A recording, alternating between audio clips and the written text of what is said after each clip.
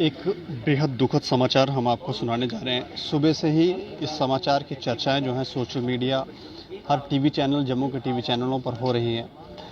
आल J&K transporter के जो प्रधान थे टी.एस. वजीर और नेशनल कॉन्फ्रेंस के दिग्गज लीडर थे, सीनियर लीडर थे, उनकी दिल्ली में गोली मारकर अज्ञात लोगों ने हत्या कर दी।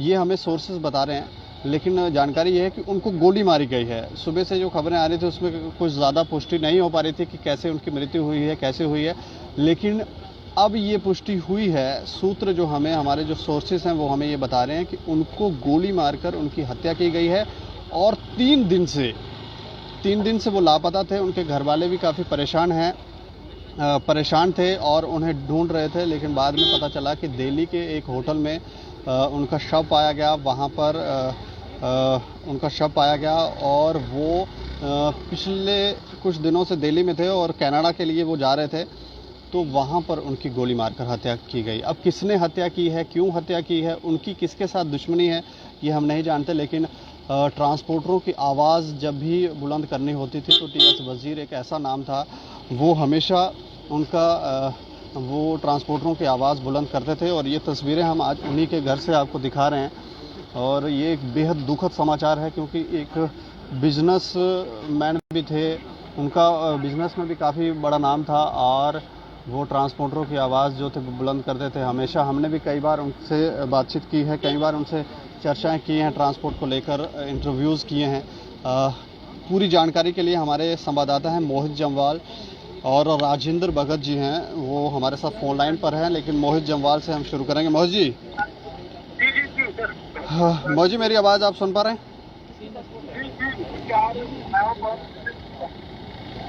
आपसे बात सुन पा रहा हूँ मैं। जी, मैं ये जानना चाह रहा हूँ कि क्या जानकारी है आपके पास टी.एस. वजीर जी को लेकर? आज से 4 दिन पहले त्रिलोचन सिंह वजीर जो अपने बेटे के पास कनाडा जाने के लिए जम्मू से रवाना हुए थे, उसके बाद उनका कोई भी अता पता नहीं लग रहा था जी। तो उनका बेटा वहाँ पर कनाडा में उनका इंतजार कर रहा था। जब उसने देखा कि उनके जो पिता चिड़िया वहाँ पर नहीं पहुँचे हैं तो उन्होंने वहाँ पे तलाश शुरू की। जी। जब तलाश शुरू करते हैं तो दिल्ली के एक निजी अस्पताल में उनका अननोन शव जो मिलता है, उस शव के ऊपर गोलियां लगी होती हैं। जी। तो देखा ये लगाया जा सकता है कि उनकी जो वहाँ पर हत्या की गई है, और पुलिस सूत्रों का ये भी कहना है कि ये कोई पुरानी रंजिश के चलते भी हो सकता है, क्योंकि ट्रांसपोर्ट में उनका एक अच्छा दबदबा था। जी। तो टी.एस. वजीर एक छोटा नहीं, एक बड़ा नाम था, जो कि नेशनल कॉन्फ्रेंस के MLC भी रह चुके हैं। जी। जी। इसके अलावा कोई जानकारी वो दिल्ली में क्यों गए हुए थे या वहाँ से उनको आगे कहीं जाना था? उन्होंने कनाडा जाना था दीपक, अपने बेटे के पास, ये मैं आपको पहले बता चुका हूँ, और यहाँ से वो कनाडा के लिए ही गए थे। लेकिन दिल्ली में क्या होता है इस बात की अभी कोई भी जानकारी नहीं मिल पा रही है, क्योंकि पुलिस सूत्र अभी खुलकर कुछ भी नहीं बता रहे हैं। और जिस समय दिल्ली पुलिस से संपर्क साधा गया, उन्होंने सिर्फ इतना ही बताया कि जम्मू के एक कारोबारी की यहाँ पर शूट आउट में जो है मौत हो चुकी है। तो ये पुलिस ने पुष्टि की है कि उनकी गोली मारकर हत्या की गई है? इस चीज को पुष्टि आधिकारिक तौर पर कोई भी नहीं कर रहा है दीपक, लेकिन ये बात कंफर्म हो चुकी है कि उनको गोली लगी है। और कितने दिन पहले उनको गोली मारी गई थी? दीपक, अंदेशा लगाया जा सकता है कि 2 से 3 दिन पहले जो वो यहाँ से गए थे, उसके बाद मॉर्चरी में उनका शव मिलता है और आज इस बात का खुलासा होता है कि उनकी दिल्ली में हत्या कर दी है। कोई इस तरह की जानकारी है कि कोई किसी के साथ उनकी रंजिश, दुश्मनी या किसी को उनके नाम से कोई परेशानी थी या बिजनेस में किसी तरह की कोई? सबसे बड़ी बात है, ट्रांसपोर्ट में एक अच्छा दबदबा था उनका, नेशनल कॉन्फ्रेंस के लीडर थे। जाहिर सी बात है उनकी दुश्मनियां तो शहर में किसी न किसी से जरूर होंगी, लेकिन अभी नाम लेना उचित नहीं होगा उन लोगों का, क्योंकि पुलिस अभी जांच कर रही है। ये एक जांच का विषय है कि उनकी हत्या किसने करवाई। इसके अलावा मैं राजेंद्र जी आपसे भी जानना चाहूँगा, आपके पास कोई जानकारी? देखो दीपक, मैं थोड़ी बताना चाहूँगा कि का एक नाम था जम्मू कश्मीर की राजनीति में भी कहा जाए, और दूसरा हमारा जो व्यापारिक जगत आता है जिसमें ट्रांसपोर्ट सबसे मुख्य जो है, हमेशा से जब भी कोई ट्रांसपोर्ट की बात होती थी, किराए को लेकर बात होती थी या कुछ भी इस तरह की बड़ी वारदात, मतलब कुछ भी हो जाता था, तो सरकार को इन्हीं से बात करनी पड़ती थी। और जी। जो ड्राइवर वर्ग था, जो इस व्यापार से जुड़ा हुआ, यातायात जो व्यापार से जुड़े हुए लोग थे, वो भी ये उम्मीद करते थे कि वजीर ही हैं जो सरकार के साथ उनकी बातचीत करवाएंगे। और वो उनका एक काफी नाम भी रहा था, एक बड़ा दबदबा था उनका जम्मू कश्मीर में। एक तो नेशनल कॉन्फ्रेंस के साथ जुड़े हुए थे, दिग्गज नेताओं में आते थे। और उसके बावजूद भी उनका जो व्यापार क्या क्या था, मुझे ज्यादा जानकारी तो नहीं है, लेकिन हम लोग जब भी इंटरव्यू करते थे, आप भी मेरे साथ होते थे, तो वहाँ ये ऐसा लगता था कि उनका कुछ अच्छा व्यापार है, अच्छा कारोबार भी रहा है। लेकिन उसके बाद जिस तरह से उनकी ये हत्या हो जाती है दिल्ली में जाकर, तो वहाँ ये बात थोड़ी सोचने लायक हो सकती है कि इनकी किसी न किसी के साथ दुश्मनी रही होगी। क्योंकि जम्मू कश्मीर में हमेशा से वैसे भी देखा जाए तो जो भी राजनीति के साथ जुड़े हुए लोग रहे हैं, उनके आतंकवादियों के निशाने पर भी वो रहते हैं जी। अब इसके पीछे का एंगल अभी तो पुलिस मुझे लगता है कि दोनों तरफ से खंगालने की कोशिश करेगी। एक तो तरफ ये है कि जम्मू कश्मीर में वैसे भी जो नेताओं पर पिछले लंबे समय से हमले हो रहे हैं, जी, और जी। दूसरा उनका जो एक अलग से जो दबदबा था इसमें ट्रांसपोर्ट में, तो वहाँ भी हो सकता है उनके साथ किसी की रंजिश हो सकती है। अभी वो ऐसा सुनने में आ रहा है कि वो विदेश जा रहे थे और दिल्ली में थे। अगर वो दिल्ली में थे तो उनके साथ सहयोगी कौन लोग थे, कहाँ रुके थे, किस कारण से गए थे। अगर वो ऐसे मिसिंग चल रहे थे, जैसी अभी भी थोड़ी जानकारी मिल रही है कि 2-3 दिन से उनसे संपर्क नहीं हो पा रहा था, तो वहाँ क्या बात हुई, किनके साथ बात हुई, क्या कर रहे थे। तो ये सारी चीजें मुझे लगता है कि जब तक ये पुलिस इसकी पूरी जानकारी खंगाल ना ले, तब तक कुछ भी कहना ऐसा उचित नहीं होगा। लेकिन ये है कि जम्मू कश्मीर में नेशनल कॉन्फ्रेंस के लिए एक दुखद समाचार होगा कि उनका एक ऐसा नेता जो एक सिख कम्युनिटी को भी बिलोंग करता था, सेवा भाव के जो काम होते थे गुरुद्वारा से रिलेटिव या उस तरह की कोई बातचीत होती थी, तो हमेशा उनकी एक बैठ रहती थी वहां पर। वो चर्चा करते थे, सिख समुदाय से भी बात करते थे, तो उनका एक पैरवी भी वो करते रहे हैं। हमेशा से उनको एक बड़ा नाम मिला था, लोगों का उनको सहयोग और प्रेम हमेशा से मिलता रहा था। तो ऐसे में अगर उनकी इस तरह से हत्या हो जाती है तो मुझे लगता है कि बड़ी क्षति होगी जम्मू कश्मीर के लिए। ट्रांसपोर्टरों को भी इसका काफी नुकसान जो है, काफी क्षति जो है ट्रांसपोर्टरों को भी होगी। बिल्कुल दीपक, हमेशा से जब भी कोई ट्रांसपोर्ट की बात आती थी, किराए को लेकर बात आती थी, पिछले दिनों में जब लॉकडाउन के दौरान जब किराए को लेकर बात हुई थी, जब 50% सवारियां रखने का सरकार का एक नोटिफिकेशन आया था, तो बहुत से तब किराया नहीं बढ़ाया गया था, लेकिन जो सारी गाड़ियां थी वो सभी हड़ताल पर चली गई थी। उसके बाद काफी लंबे समय तक जो गाड़ियां बिल्कुल नहीं चल पा रही थी, तो उस समय भी इनका एक किरदार रहा था। इन्होंने प्रेस कॉन्फ्रेंस के माध्यम से भी और सरकार और राज्यपाल तक भी अपनी बात को पहुंचाया और एक बात रखी। उसके बाद धीरे धीरे ये सोल्यूशन होना शुरू हो गया और दोनों मसले हल हुए। तो वो भी कहा जाए कि इनका हमेशा से मुख्य किरदार रहता है जब भी कोई बड़ी बात होती है, ट्रांसपोर्ट को लेकर होती है, जब कुछ भी जब कोई गाड़ी उनको नुकसान हो रहा है, जो सरकार को कोई भी पक्ष हो, तो हमेशा से ये बीच में आकर वो बात को सरकार के सामने रखते थे और जनता के बीच में भी रखते थे। और इसमें ऐसे पेशे के अंदर किसी, क्योंकि दबदबा ट्रांसपोर्ट के ऊपर एक कब्जा रखना, अपना दबदबा रखना। और मैं दीपक एक बात और कह दूं, इसमें मुझे कोई हर्ज नहीं होगा जो एक दबंग टाइप मतलब ऐसा नहीं है कि जिसका ग्राफ कोई गलत हो, एक अच्छा ग्राफ उनका रहा था, एक दबदबा भी रहा था। वो अपनी बात को हमेशा प्रेशर के साथ कहते थे और पब्लिक भी उनको इस बात के लिए सपोर्ट करती थी और ट्रांसपोर्ट जो लोग थे वो भी उनको इसी बात के लिए उनके साथ हमेशा से रहे थे कि वो अपनी बात को खुलकर कहते थे और दबदबे के साथ कहते थे। जी दीपक। चलिए, शुक्रिया हमें जानकारी देने के लिए। जी धन्यवाद दीपक।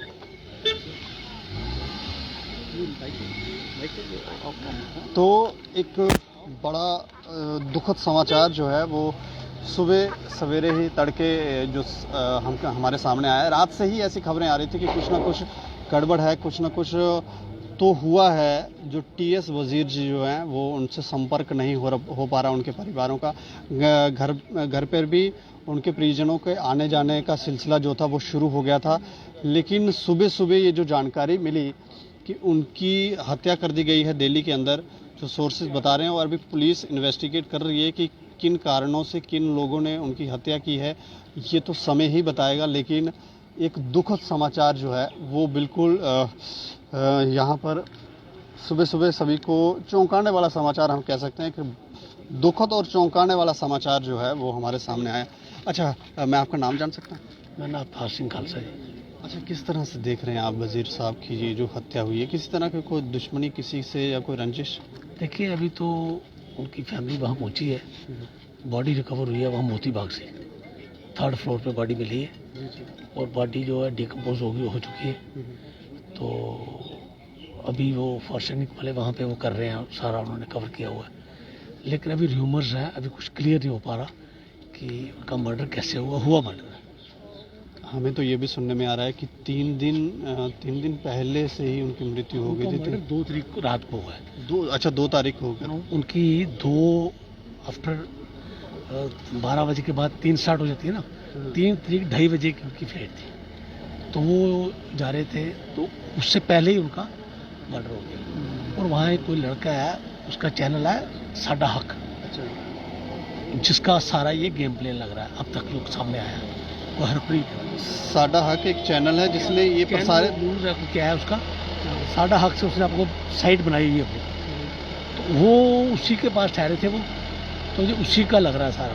अच्छा, साडा हक चैनल वाले के पास उसने ये खबर प्रसारित नहीं की अपने चैनल के ऊपर कि इस तरह की कोई? कल डिस्क्लोज किया वजीर साहब किसी दोस्त को कि ऐसे ऐसे मेरे वो पास ठहरे थे, कोई आकर उनको गोली मार गया, बस इतनी बात कह के उसने अपने आप। परिवार वालों ने या आपने कांटेक्ट करने की कोशिश की वजीर साहब कहाँ हैं? ये हमें तो पता था कि वो वजीर साहब की 3 तारीख सुबह 2:30 बजे फ्लाइट है, तो हम तो उस हिसाब से थे कि वो कल मेरी ज़्यादा मोहन सिंह पूछ रहे थे, वजीर साहब बात हुई, मैं कहा यार अभी पहुँचे होंगे वहाँ पे 3 दिन का सफ़र करके, तो अभी करेंगे, अपने आप फ़ोन करेंगे मेरे को। हम भी इस चक्कर में थे कि हमें फ़ोन क्यों नहीं आया उनका। जी। बट वो पता चला कि वो बंदा मिसगाइड करता रहा कि उधर कनाडा वालों को, फैमिली वालों को बोलता रहा कि मैंने बैठा दिया है, उनको गोल्ड एंड करेंगे, वो 15 दिन बाद पहुँचेंगे, इधर करता रहा जी, वो चले गए हैं। तो कल उसने क्लियर किया है कि वो उसको कोई गोली मार गया और वो मेरे फ्लैट में पड़ा है। साडा हक वाले से उनकी पहले भी कोई दोस्ती थी जो उनके पास आते थे? आना जाना था उनका यहाँ। अच्छा। वो भी यहाँ आता था, ये वहाँ जाते थे। कोई ऐसी क्या घटना हो गई कि वो? क्या कह सकते हैं, हम भी आपकी तरह ही अब यहाँ बैठे सुन रहे हैं। हम तो ये सोच रहे थे कि क्या ये सब कनाडा चले गए। मतलब संदेह की जो वजीर साहब हुए, he was not a ordinary man, वो ट्रांसपोर्ट के चेयरमैन थे, फिर वो हमारे स्टेट गुरुद्वारा प्रबंधक बोर्ड के चेयरमैन थे, फिर वो एनसी के एक्स फॉर्मर एमएलसी थे, हमारी कम्युनिटी के रिस्पॉन्सिबल बंदे थे। हमारी कम्युनिटी को बड़ा लॉस हुआ ये, और हम पूरे शौक में हैं कि क्या हुआ क्या है, और इतनी आसानी से कोई मर्डर करके चला गया और पता भी नहीं चला किसी को, और 2 तारीख का मर्डर हुआ तो आज पता चल रहा हमें। उनकी भरपाई कोई कर पाएगा? नहीं, ये किसी की भरपाई तो कोई कर ही नहीं पाता ना, ये तो कोई भी किसी की भरपाई नहीं कर पाता। बट ये है कि हमें ये है कि बड़ा अनफॉर्चुनेट है, वो मर्डर कैसे हुआ, क्यों हुआ, किसने किया, ये तो अब रियलिटी सामने आएगी तो पता चलेगा। कभी संदेह हुआ कि उनकी जान को खतरा है, जब कोई उन्हें मारना चाहता है? या नहीं, कभी हमें ऐसा लगा नहीं, क्योंकि वो ऐसे बंदे नहीं थे, वो सोशल बंदे थे, दुनिया आती थी उनके बाद दुनिया जाती थी, उन्होंने कभी पब्लिक से दूर रखा ही नहीं अपने आप को, और रात को 12-12 बजे गुरुद्वारे के प्रोग्राम अटेंड करके आते थे, ऐसी कोई बात थी नहीं। पुलिस इंक्वायरी कर रही है, कुछ कहना चाहेंगे आप? दैट इज, वो दिल्ली के एंड पे है ना, जम्मू पुलिस का क्या है उसमें, जब क्राइम दिल्ली में हुआ तो दिल्ली का, आप मुझे भी नहीं पता क्या हो रहा वहाँ क्या नहीं हो रहा। चलिए, शुक्रिया। तो बेहद दुखद समाचार जो है वो बेहद दुखद समाचार जो है वो सुबह सुबह ही हमारे पास आया, लेकिन हमारे साथ बात करने के लिए सरबजीत जी हैं जो हमारे पत्रकार भी हैं। अच्छा, आप किस तरह से देख रहे हैं इनकी हत्या को? ये तो अभी इनिशियल स्टेज है, जांच अभी शुरू हुई है। हमारे पास एक फ़ोटो है हरप्रीत की, जिस पर ये इल्ज़ाम लगाया जा रहा है कि ये बंदा है इन्वॉल्व, जहाँ इनकी जगह ठहरे हुए थे। अभी इनकी शुरुआती जांच में ये पता चला है कि इस बंदे वही अपना चैनल साडा हक। तो मैं कहूँगा एक बार जूम कर दिखाएं इस बंदे को।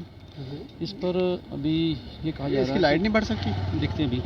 ये कहा जा रहा है इस बंदे के पास ठहरे हुए थे, अच्छा, जिसकी आप फोटो देख रहे हो, इनके पास ठहरे हुए थे। जो लास्ट यही बंदा था जिनको मिला है। तो पुलिस ने जो डिटेन किया हुआ है, दिल्ली पुलिस ने, और एक और शख्स को डिटेन किया हुआ है शक के बिना पर। तो भी जांच का विषय है। ये थोड़ी लाइट बढ़ाएं ताकि वो तस्वीर जो है क्लियर दिखे हमारे दर्शकों को भी। और रिपीट करते हैं, फोटो और क्लियर हो जाए। उस शख्स की तस्वीर हम आपको दिखाने की कोशिश कर रहे हैं जिनके पास ये ठहरे थे। अभी ये पुलिस की हिरासत में है। ये अपनी हिरासत में है। ये दिखाएं।